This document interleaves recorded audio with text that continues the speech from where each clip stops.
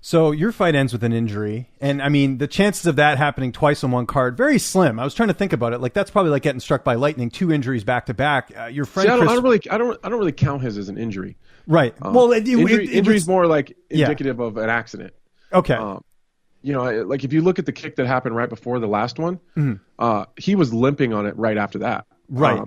It was crushed already. So I just went right back to it right away, and I think it was just too much damage too quickly.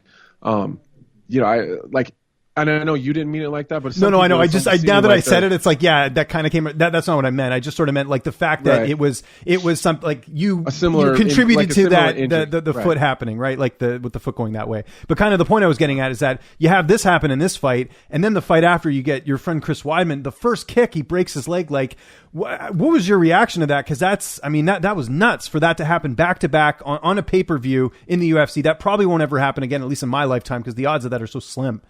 Well, I mean, let's hope not. Just for the fighter's safety and their sake. I was devastated, man. It was just, I've said it over and over. Like, I really believe in Chris Weidman. He's the best, one of the best guys, probably the best guy I've ever trained with.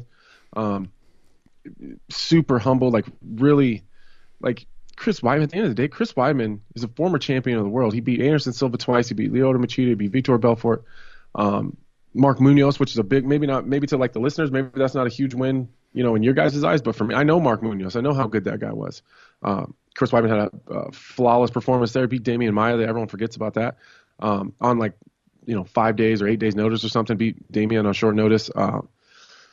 He's just phenomenal. And like for him to be so willing to help me and kind of take me in and let me come, to his gym and train with him in North Carolina, I was super grateful for that. So, it's just sad, man. And you know what? I was really sad, right afterwards that night, like the next day. And, but you know what's uplifted me?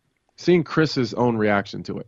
Oh yeah. Seeing how he's dealing with it and seeing how everyone's kind of just surrounded around, like his family's just around him and he's got all the support in the world and he seems so motivated. And so I don't know, like he's taking it well. I'm sure that behind closed doors when the cameras are off, and I'm sure he's devastated as well. But to see him have such a positive attitude and already looking for some sort of, blessing in disguise somewhere. And he said that exactly like that. Like he doesn't know what it is. He doesn't know where it is, but somewhere in there, there's a silver lining.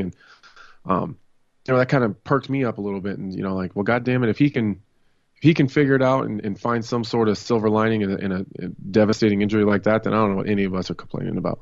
Have you spoken to him since the fight happened? Oh yeah. My wife's talked to his wife a lot.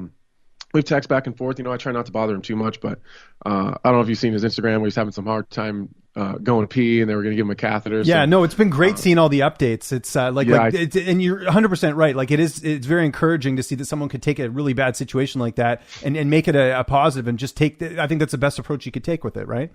Yeah, 100%. And he seems. The first thing he texted me, I texted him that night, said, "Hey man, you probably don't have your phone, but just want to let you know, like I'm really sorry that this happened, and I'm here for you if you need anything, blah blah blah blah." The first text message he sent back was telling me congratulations.